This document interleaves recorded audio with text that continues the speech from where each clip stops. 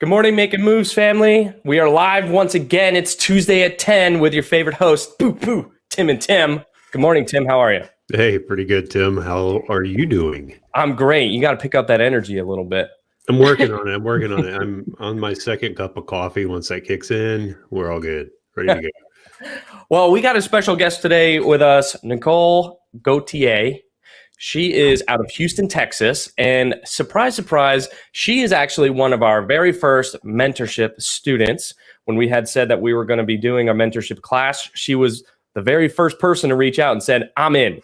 So we love that she took action on that, and we love that she's part of the group. She's doing big things. A little bit about Nicole. She is the founder of Wicked Holdings, LLC, out of Houston, Texas. She is passively invested as an LP and as a GP in over 209 doors now. So welcome to the show. Give us a little bit of introduction of who you are and let everybody know who Nicole is. Yeah, no, well, first off, thank you guys for having me today. It's always nice to have that extra conversation with you guys because, of course, we see you throughout the week and whatnot. So it feels like a little family. So it's nice to be on here. It's all about community. Yeah, exactly. So yeah, like I'd mentioned, I'm the founder of Wicked Holdings, which is a real estate investment company focusing on empowering others and social change. So I focus on multifamily investing. However, I do some residential stuff on the side as well. And that kind of plays into, me getting to know the residents and leaving a legacy for my family and teaching my kids business and entrepreneurship, all that fun stuff. But similar to you guys, I started off in corporate America, W-2 employee, was in oil and gas as an accountant, and realized that box was just not for me anymore. So made that transition into stay-at-home mom, and fast forward to now where I've got my company and I'm just trying to grow. That's incredible. When did you leave your W-2 job? Oh, I left my W-2 job probably like 5-6 years ago. So when I haven't worked since we've had kiddos, and my oldest is 6 now. So gotcha. And when did you get into your first deal? I got into my first deal. So I'd say that I got my feet a little bit wet back in January of 2020 when I purchased some property inner city Houston. It was just a lot, and I was, I kind of did it because I knew where I saw the market going, and if I didn't buy it then I wouldn't be able to afford it years later, which I'm glad that I made that decision because that still stands true, huh? Yes, very much so. I just got the appraisal thing in the mail from the Harris County a couple days ago, and I was like, okay, that was a very good move. So fast forward from January 2020, in July of last year, so 2021 was when I got my first deal as single family. It was a fixer-upper, and I did the BRRRR strategy on that one. So yeah, it's kind of what that one looked like, and it came from a wholesaler. Awesome. So you did some single family stuff, and you're still doing a little bit of on the side. What gravitated you towards multifamily? Yeah, well, for one, Houston's a super, super competitive market. And so, it was very difficult to not only find good deals, but also I realized kind of doing more of the residential stuff that this is a lot of work. And it's not to say that multifamily is not a lot of work, but I'd rather be doing that amount of work and putting in all of those hours and analyzing deals for more than just one door, right? And so, yeah, I would say just the difficulty in scaling. And then also I just have had no desire to own, 30, 40, 50 single family homes, but that's just me. But I'll take a 30 or 40 unit apartment complex. Yeah. And I think you're hitting on something a lot of people don't realize when they talk about scale in the multifamily space. Like, it's not just scaling your operations, right? It's also scaling your time. And like you said, like, I hear this quite a bit. It's like, oh, I want to get into multifamily, as a GP, and they think it's passive, right? They think it's passive. I tell folks all the time, I'm like, it's not passive, but the same amount of time that I can put into a single family, I can put into a 30 unit property. And it's really very similar. So like you said, it's not just scaling the size of the asset and scaling your business or whatever. It's also scaling your time which it sounds like, you kind of recognized pretty early on with the single family stuff.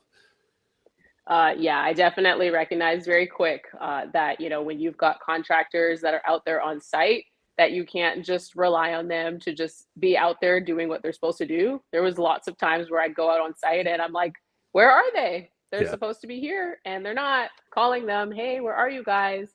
And just constantly, you're paying general contractors to manage a job, but you're also managing them too. So it's just like, there's a lot of kind of like give and take, and I feel like in the residential space, to me, it's just not worth as much work. I'd rather put in that time and effort into a multifamily deal. Absolutely. Yeah. So that's a good transition. And Gloria wants to know, how was the transition from single family to multifamily for you?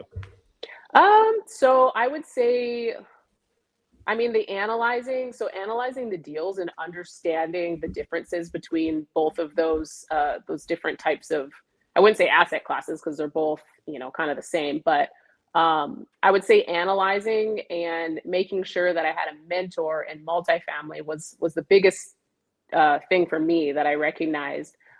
Transition, I mean, the outreach is different. I would say, in single, there's a lot of similarities, I think. When you think about single family and you're reaching out to realtors, or you're driving for dollars, or you're doing other sorts of creative ways of trying to find deals, you're basically doing that in multifamily as well. Mhm. Instead of dealing with realtors, you're dealing with brokers. You can still drive for dollars. You can still cold call the same way. You can still get the lead lists and all of that stuff. So I would say that there's a lot of similarities. It's just you absolutely need a mentor and someone that is going to guide you in multifamily, not only for their experience and to leverage off of their knowledge and their expertise and resources, but also because, as you guys know, when you're dealing with multifamily, you need a sponsor, you need a KP, you need certain people that bring that experience to the multifamily world and trying to take down those different types of loans. There's a certain way to do it, and you can't do it alone. Right. I think you're touching on something really, really good. And I want to be really specific about how I say it, because I think it's going to provide some real clarity, is that residential and multifamily aren't really that different. Okay. And when you said most of the things are the same, the outreach is the same, the terminology is a little bit different. But at the end of the day, the best thing that a mentor provides for you is the mindset, the clarity, like the breaking of the limiting beliefs of, oh, I can't afford to buy a 40-unit complex. Well, yes, you can. You just don't know the right people yet. Right. Yeah. And when you connect with a mentor and with somebody that's not that far ahead of you, and they're like, wait a second, I was where you are like 6 months or a year or 2 years ago, and this is what I did to overcome those things. You're borrowing that belief of saying, well, if he or she could do it, then I can do it too. Because 100% of it is just mindset. It's people think they default because they're trained. Like most people start in single family and they think, I got to do it all myself. I got to make enough money to buy the property. I got to have enough money to buy the down payment. I got to manage the property management company. I got to blah, blah, blah, blah, blah, blah, blah, right? All of these different things. But at the end of the day, it's you don't know the right who's in the multifamily world in order to start to become successful. But when you have that base foundation already, that single family and multifamily really aren't that much different than each other. They're analyzed a little bit differently. They're a lot bigger with more zeros. But at the end of the day, you can build a partnership to work together in order to accomplish the goal, which is the hardest thing for most people to overcome. Because even at a young age, like think about when your kids are in school, you're not allowed to look over and copy on your whoever's sitting next to you, right? That's cheating. But in life, that's collaboration. It's working together in order to accomplish something, and it's breaking that mindset of I have to do everything myself. And when you have a mentor and you're telling them what you're struggling with, like specifically, like it is honed into exactly what's going to help you, is the most important part, because they can pinpoint that I'm stuck feeling and tell you how to get unstuck from it. And 9 times out of 10, it's just the wrong mindset. Yeah, and actually, I'll agree. That's so funny because I actually did a post today on that, specifically with kids at school, and how you ask for help, it's considered cheating, but then in real life, like that's considered leveraging other people's experience and their knowledge and expertise. But I will say that I'd say that probably the most difficult part from transitioning from single family into multifamily is one, dealing with brokers, because when you're new, the language is different, and you want to make sure that you show yourself as someone that's credible, that is going to be able to take these deals down and operate effectively. But I would also say too, Tim, you had mentioned it before, is the mindset, the self-limiting beliefs. Like, I never thought, going from single family and then scaling into, 24 units and then 34 units, that was even something that was possible. So it takes believing in yourself and then having the right people around you that can help support you and your goals, and you guys all collaborate and everything together. And they're pushing you towards it. They're pushing you towards it, because what a mentor can see is that, hey, what you're struggling with isn't a problem. It's an inside problem. Just do the X, Y, Z and you'll be fine. Now, a mentor is never going to guarantee that you're going to get a deal or raise $1 million or this, that, and the other thing. But what they can do is they can kick you towards that goal and be like, stop tripping over this. This is not a problem. Just do this and move on with your life. Continue exercising all of those muscles. Yeah, no, absolutely. Yeah. And folks, everybody starting out struggles with that, right? Like I haven't met anybody yet that's just, working on their first deal that doesn't have that, just that moment of doubt, right? That, man, can I do a 30-unit property? Can I do a $7 million deal? Of course you can. Just like Vitaly said, it's just a matter of who you know. Mm-hmm. You just got to get those people in your network. I still struggle with it. I don't know about you, Vitaly, but I still struggle with it from time to time. I mean, we've done a nice handful of $3, $4, $5 million deals, and a $10 million deal showed up, and I had that brief moment where I was like, "Ooh, we're doubling." Yeah. But then it took like a second, right? You know what? I called a mentor this past Saturday, actually. Called a mentor, got on the phone with him, had a conversation, and he's like, you're good. You're covered. You got this. Yep. Just go. Get it under contract. Go. And it's just that accountability in that moment, right? Like, where you just have somebody, like you said, Vitaly, pushing you. Yep. And you know what's funny? I think, because we were just talking about this last night, we were sitting there talking about how we were going to raise the money for this deal. What did we come across? We found that the deal wasn't even big enough. We're like, oh my God, now we have to figure out who are we going to tell no to? And it's like, oh, no. It's a new problem. Now we have a new problem of we're able to raise too much money, so we have to tell somebody no. Like, and who do you want to tell no? And that was just like, okay, cool. So maybe next time we do a $15 million deal. And it's just, it's kind of a collaboration of the minds and kind of seeing who's connected to who and what everyone can bring to the table. And then all of the fear goes away. You're like, oh, guys, this is just like every other property we've ever done before. We were nervous about signing on debt and raising the money, but we got all that covered now. So let's go. Yeah. I mean, and a lot of it's right, Nicole, trust the process, like you've spent, I mean, Nicole, you and I talked over a year ago for the first time. It's been well over a year now. And, one of our first conversations was just like, who do you know? What are you doing? That kind of stuff. And over that year, you've built an incredible network. Vitaly and I spent a long time building a network. You've spent the last year building an incredible network, and now you're like reaching out going, hey, I got capital to deploy. I need a deal. And I mean, a year ago, did you think that would be the conversation you were having? I mean, no. I mean, I didn't think that it would be this soon. So right. I believed in myself that I'd be able to, to eventually be on the GP side and operating deals and raising capital. But I didn't realize that it would come this soon. And I remember struggling on my first few raises. Actually, there was like 3 that you guys were all raising for at the same time, trying to, help and collaborate. And it was just like, oh my gosh, okay, because it's new, right? And you realize too that people always say like, oh, raising capitals, it's easy, like the deal's there and the money will come. And it's like, no, that's not the case at all. So, okay, go ahead. Sorry, I've got my 3-year-old at home with me today. I want to ask something real quick. So how are you, when you were afraid and when you were struggling with those first raises, like talk to us about what that was like going. I mean, talk to us a little bit about how that was going through. Bring the little guy over here. Tell him to say hi. Come We here, like Mace. surprise Car you're guests. making. We're He's gonna pretty laid back. Surprise guests are great. come here.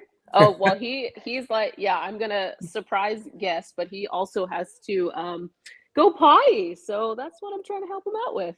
Okay, go ahead, go run, go run. We're doing potty training, and he can get it for the most part, but when he's got a few issues with his shorts and stuff, but he'll be good. He's good. Hey, and by the way, guys, for those of you who don't know Nicole, like, I mean, she's a rock star. I mean, she's constantly balancing, life, family, and this all at the same time, and she's getting it done. I mean, I can't tell you how many conversations I've had with her where she's like in the car picking the kid up from somewhere, like calling me up, talking about a deal or whatever, and, just multitasking straight away. It's awesome.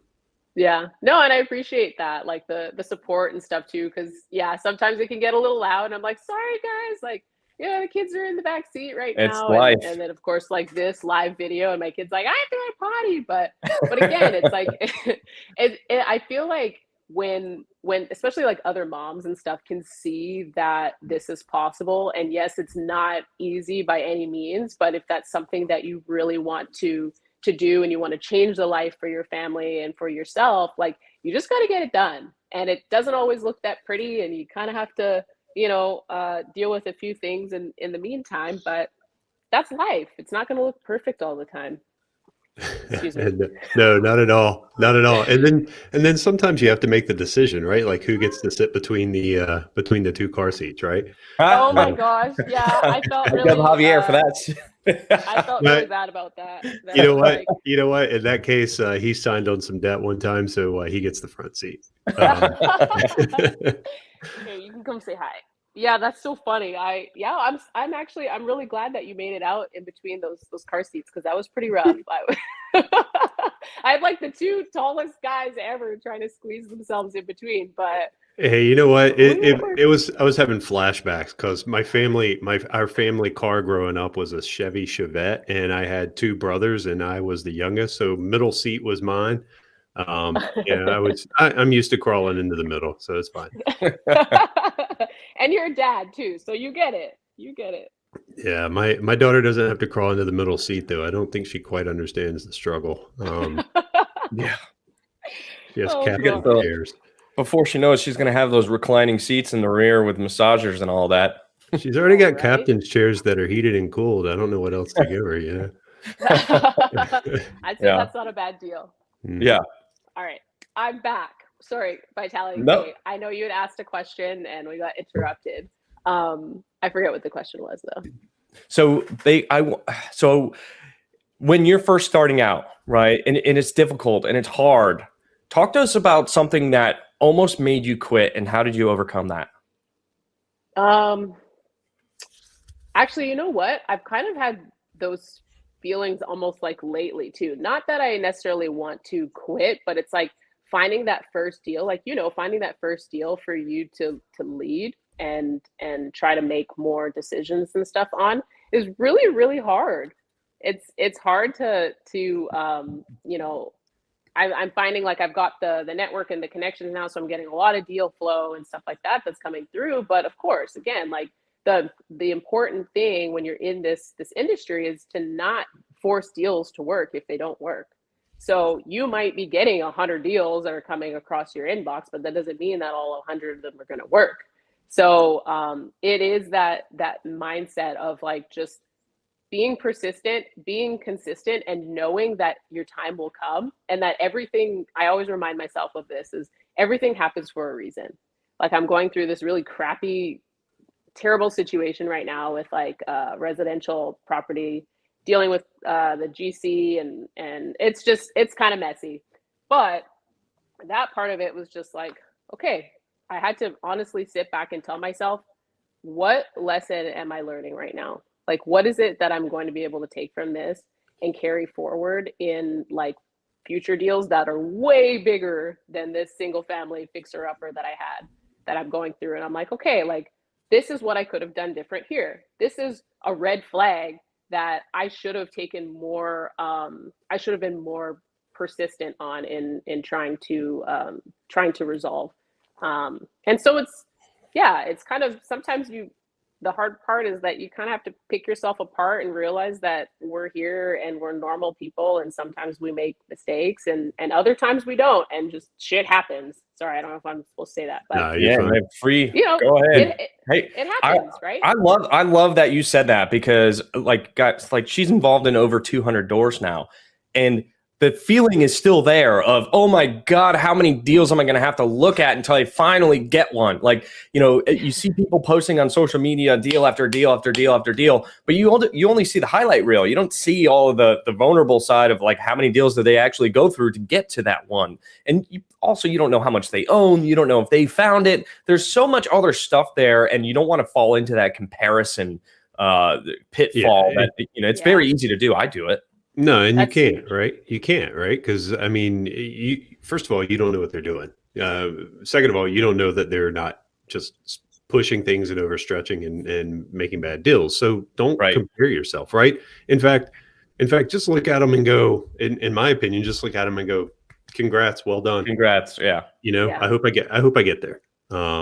You know, so, but Nicole, just back to what you said there for a second, because, you know, you and I have talked about this GC issue that you alluded to quite a few times. And one, like, I've been pretty close to you on this for what, going on 2 months now? Yeah, it's probably we're going on like 3 months now of having to deal with this. The fact that you're sitting here telling me right now that, like, it almost made you think twice about doing this is kind of news to me, because you've never been that negative when you and I have talked about it. Like, you've always had a pretty positive attitude. Yeah, the situation sucked. That was pretty clear, right? Yeah. But you've always kind of kept a positive attitude about it. And what I love, and I hope people take away from what you said, was the retrospective, like going back and looking at what you did to figure out how you could have handled it differently. And honestly, that's one of the things that made me as an LP invest in one of my first deals. Is the guy I talked to, he had almost no experience with multifamily, but he was talking to me about some of his single family stuff. And he kind of said some of the same thing, the retrospective, the busting his tail, whatever it took to get it done, that kind of thing. Exactly what you're talking about. To me, that just says, you're just going to be the kind of person that, yeah, you're going to make mistakes. We all are. But you're going to learn from it, and you're going to make sure you don't do it again. Yeah. You know? Yeah. No, exactly. And that's the thing too, is like, for me, you know, this was like my own money, and, you know, I'm still going to come out ahead on it. Probably not as much as I had initially anticipated, but I would rather go through this situation with my own deal and my own money on a single family house than go through this situation on a multifamily deal with other people's, you know, investors' capital and all of that stuff. So everything that I'm learning right now, I am like soaking up as a sponge, and it'll just make me that much greater going forward. And so I don't like regret having gone through like this situation, whatnot, with this contractor, because I'm taking it as like a learning lesson that I'll be able to just bring forward, and I just take it for what it is. But it does get me down sometimes, you know, of course, because it's like, you try to think positive and you keep your mindset and stuff in the right place, but every now and then we've got a little slip, and we got to circle back and correct ourselves. Yep. Yeah. And so this question's been up here a little bit, and we've alluded to it a couple times, but how long does it take to analyze multifamily deals? Feels like it takes me a long time. So I'm not quite sure if we're asking, like, how long does it take to underwrite a deal, or how long does it take to figure out if I'm moving forward, or maybe the point. Yeah. There's a big difference there. Or maybe maybe it's the, how many, you know, I had to underwrite 100 to find one, right? That kind of thing. Yeah. I mean, Nicole, what do you think? It looks like underwriting to me. It says, how long does it take you to analyze multifamily deals? It takes them so long. Honestly, I've had that question actually a few times by other people that I've hopped on calls with, and they're like, you know, can you share your experience and whatnot? I will say that underwriting deals, if it takes you a very, very long time in the beginning, and I'm talking like I have a finance background and worked as an accountant, and dealing with those calculators, it wasn't intimidating because I was used to seeing all of those numbers, but you're throwing in different metrics, and you've got market analysis that you're doing, and you've got comps that that you are comparing, and all of those things take time. You're literally, not only are you analyzing the deal for itself, but you're also kind of analyzing comps and other properties that are affiliated with that to make sure that this one is in line with the other ones that you know, that are considered comparables. So I don't know, for underwriting in the beginning, I mean, I'm not going to lie, it'd probably take me like 2 hours and I'd have a headache after. And I'm just like, oh gosh, like, what am I doing? But now I've understood like the process and I'm like, okay, like I know where to go for this information. I know how to dig for this. I know where to do this. So now it'll take me under an hour. I mean, I wouldn't say I'm Vitali where he's probably like, oh, like 5 deals, I'm done in like 20 minutes, like Yeah, but whatever. It still takes me a good bit of time. Don't worry about that. But a lot I'd of say about an hour. So the question seems like it's like, how do you do that? Like 5-minute quick look to decide, do I really want to look at this? Yeah. And, you know, so I'll ask it this way, because this is kind of a softball here, but so I sent you something recently in the Raleigh-Durham area. You're in Houston. Like, would you say that your ability to just look at something on the surface in Houston is much, you can do that a lot faster than, say, the one I threw you from Raleigh-Durham? Yeah, I can yeah. because I know the area, and I'm more right familiar there. with the cap rates and all of that stuff. So yeah, That's exactly what Tim was fishing for, and I wanted to comment on that. That was my softball pitch right there. Yeah. So you nailed it. Thanks for not a curve. Like, I'll take a softball, not a curve. So Samir, to answer that is you need to pick your market, know your market. Like, you know, Tim and I's market, like in the Carolinas, like we pretty much know Columbia, Charleston, Charlotte, Raleigh, you know, those major markets that we look for in deals. Nicole knows Houston very well. You know your metrics, like you know what the cap rates are, you know what interest rates you can get, you know what rents you can get. It doesn't take you that long after underwriting 100 deals in Houston to start to figure out a trend. And when you start to see these OMs from brokers and they're asking for $180,000 a door and the rents are $800, you know it doesn't work. Like you could spend all of 2 seconds on that one, right? And it's when you start underwriting deals that do work, you start to take mental notes of, well, what was the asking price? What were the current rents? What are the pro forma rents? And you start to build those really high level things that you can just go through your head really, really quickly and rattle off and just say, hey, like I'm going to actually look at this deal or I'm not. And surprisingly, this came up in another group that I'm in, and they were like, how do you analyze so many deals? I was like, I don't. It's like, I only analyze the ones that I know are going to work. And how do we get there? It's by doing deals in a single market and knowing your market inside and out. Everything else that comes across my door, I can say, oh, that's garbage. Like, don't even waste your time. No. And I'll say too, like I started to, like, when you're in your market, you understand which areas are like affluent. So you're like, oh, I know this one is in, like, the one of the deals is in Montrose, or I know this one's in the Heights. These are going to get, you know, this is a different type of tenant base and you're going to get these sorts of rents there. So it's even, honestly, it's come down to even like knowing certain zip codes and being like, no, that's a good one. No, that one's terrible. Like that deal that was recently sent, right, Tim? And I was like, oof, that's out near like this specific airport. Right, and you don't even look at it, right? Yeah. There was a deal that came up in one of our target markets that I tell every broker, if your deal comes up in this market, it's mine. Like, I want to buy it, and it was $50,000 higher than what we paid for even one of our best assets. And I was like, nope, this doesn't even work. I threw out a number about $50,000 a door less after just reading the email that he sent over, and he didn't like. I had to even go in and start talking to him about what's actually going on in this property, because I had more market knowledge and more connections with local people that knew this property better than the broker did. So after that whole transaction happened, the whole tone of the story changed of, oh, I can't actually pull a fast one on you. You know what you're talking about, especially in this market. Well, and Samir, it's a really good question, by the way, because I struggled with it. Vitaly struggled with it. I know Nicole did as well. Like you go through this period of time when you're first starting out where you look at everything. Like there's this fear of like missing one, right? Yeah. But as you start to look at them, you start to realize, because honestly, folks, like brokers have tendencies, right? So you start to realize which brokers have a tendency that doesn't fit your business model. And so you just start to kind of leave those alone, because, you know, I was guilty. I was looking at everything that hit my inbox. Me too. And you know, burning myself out. And now things come across, and I just go, you know what? I'm just not even going to spend time on it. Not going to spend Yeah. time on it. Not going to Right. spend time on it. Right. So you start to narrow down like where to fish, right? And who to fish with, and those things really just honestly, man, I hate to give it to you like this, but it just comes with time. It's a muscle you got to exercise. And the only way to exercise that muscle is to pick your single market and underwrite every single deal. Only then will you be able to know what the market metrics are for a deal that's going to work for you.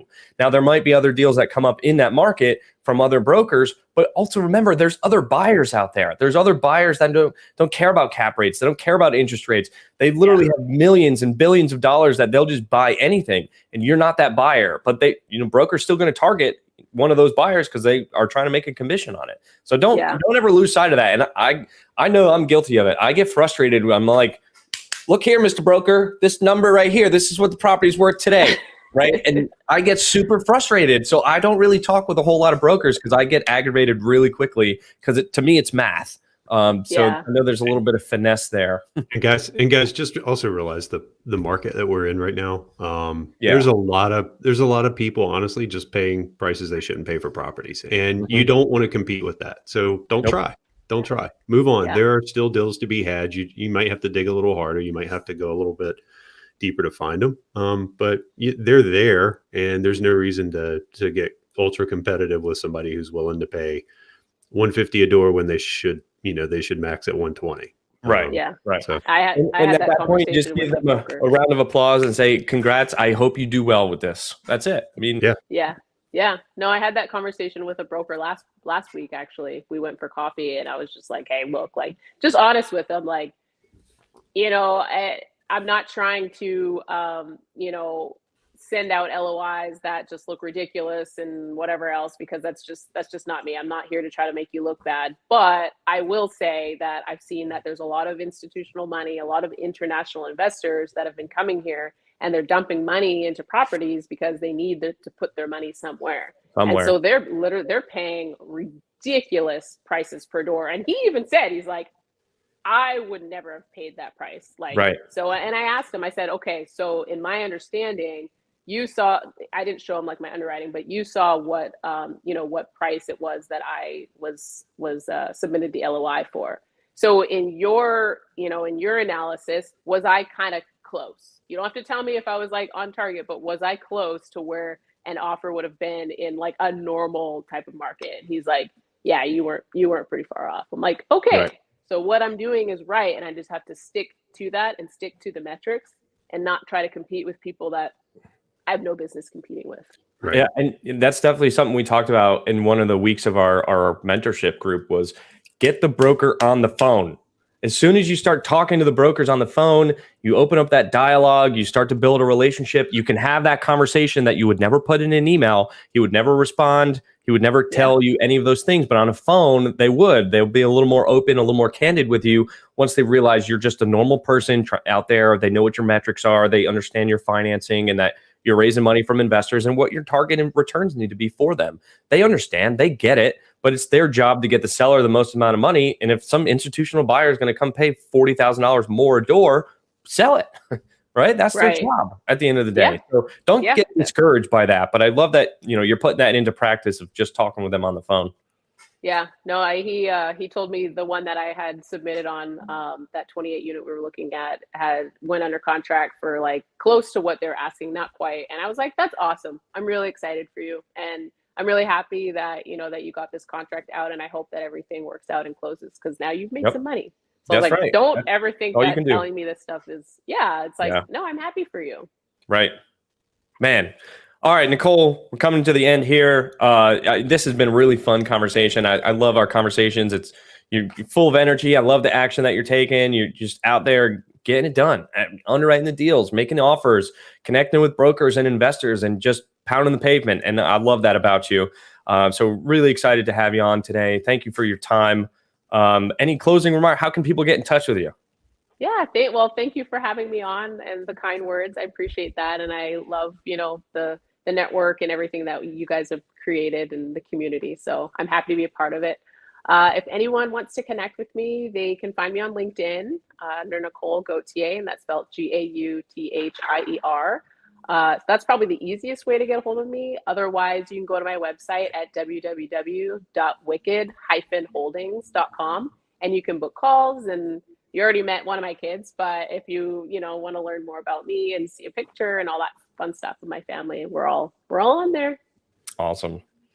All right. Until next week, I appreciate your time. Tim, I'll talk to you later, man. All right. Take care, guys. All right. Bye, guys.